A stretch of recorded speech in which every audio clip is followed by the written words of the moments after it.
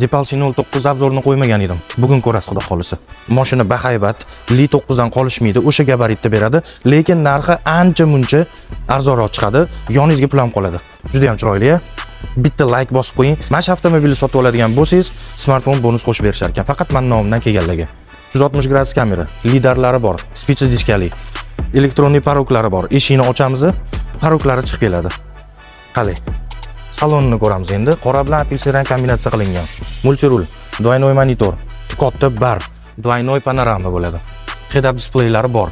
Obshivkalarini qarang. Go'zal. Jeepal akustikasidan foydalanilgan ekan. Ana endi orqa tarafini ko'ramiz. Kapitanskiy sideniyalar bo'ladi. Juda ham bahaybat. Orqasida monitori ham bor. Mana yana bitta panel. Gap bo'lishi mumkin emasmi? Orqa bagajini ko'ramiz endi. Bismillah. Bagajning ochilishini qarang. Juda ham bahaybat, keng bagaj. Eng qizig'i 6 o'rindiqli bo'ladi. Bolalaringiz mana shu o'tkazib qo'yib, tog'ga ham chiqib tursangiz bo'ladi. Komplektida zaryadkasi qo'shib beriladi jigga. Umumiy hisobda 1200 km yo'l bosib o'tadi. Elektrda yuradigan bo'lsangiz 220 km juda ham ekonom mashina bo'ladi. Jigga bosib o'radigan joyi lekin narxi 49,5 ming bo'ladi. Meni nomimdan kelib, albatta smartfoningizni bonus tariqasida so'rab oling. Sizlar bilan Bektog'u, amanda foydali, sog' bo'lasizlar.